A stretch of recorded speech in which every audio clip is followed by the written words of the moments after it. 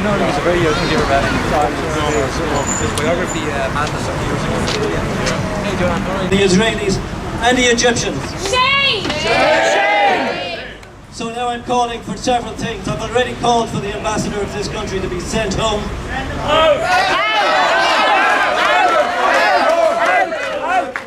I'm saying that because on radio 2 weeks ago, on Tuesday morning at 8 o'clock, when it was put to him that 3 hospitals, on 3 occasions, it was put to him by RTE that hospitals had been attacked in Gaza, and he denied knowledge of such things. And then he said in an off-the-cuff manner, it doesn't really matter. Shame! Shame! But I say to that ambassador, it does matter, because you and your regime are responsible for war crimes under international law, and you will be held accountable. Sooner or later, you will pay the price.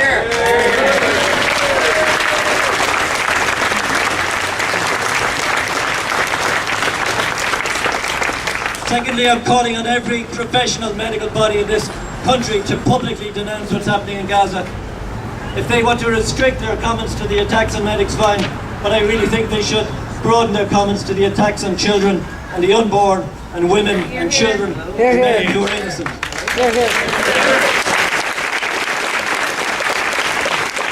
finally, in as diplomatic a language as I can muster, I'm asking our government to get the fucking finger out and do something about this.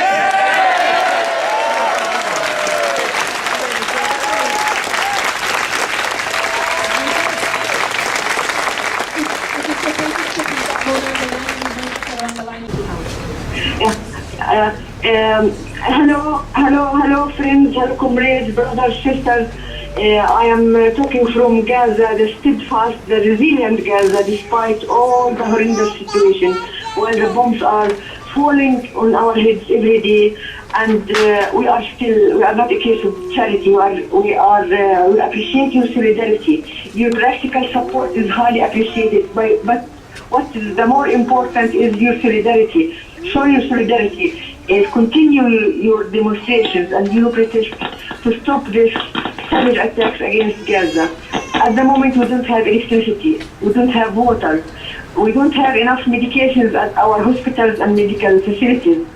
Hundreds of thousands are displaced from their original neighborhoods, and numbers, again, increasing number of injured, and most of them, the vast majority of them are civilians, children, women, innocent people that either were killed inside their homes or outside their homes.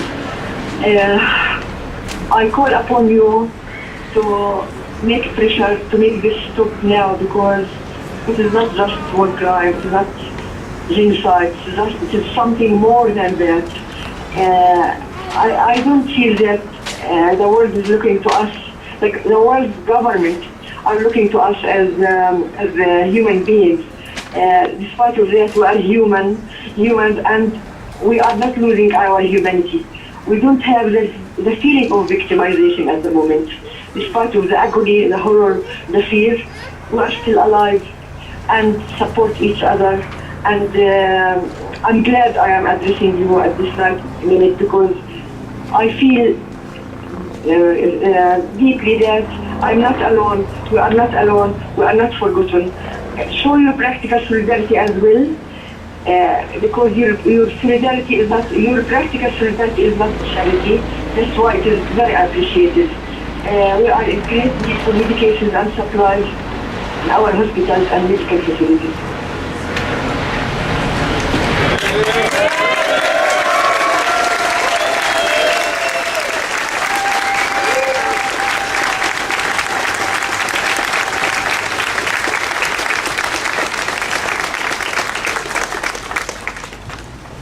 She wasn't actually finished with the line crash, but we're going to speak to Dr. Adele once for further exams. Children, they already, I'm quite sure, wouldn't even understand the concept of a playground or a normal life.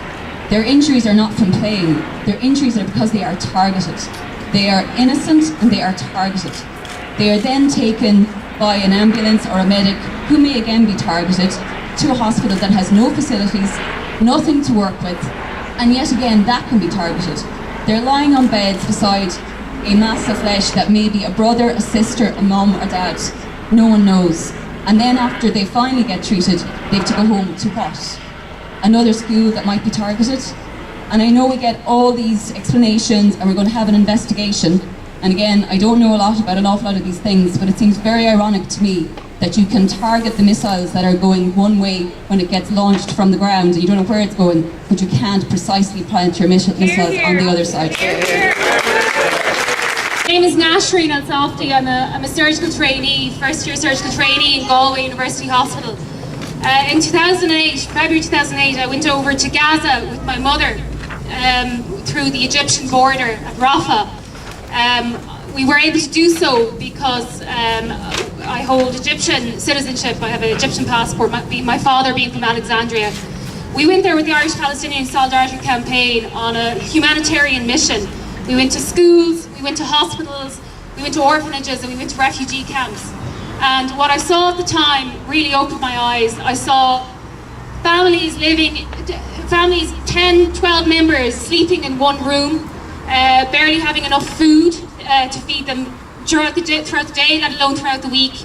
When I went through the hospitals, I saw equipment that was more than 15, 20 years old, dialysis machines in their many stacked and unused because they didn't have the parts to fix them.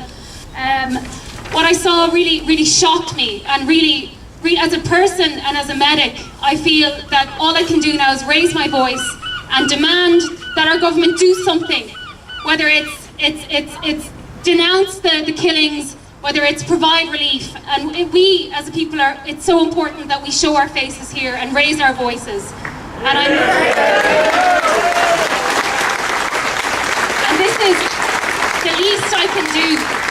The least that's stopping me from just packing up and heading to Gaza in the morning is just being here and showing my own solidarity with the Palestinian people. And soon, and hopefully, there will be an end to this terrible violence. Free Gaza! Free Gaza!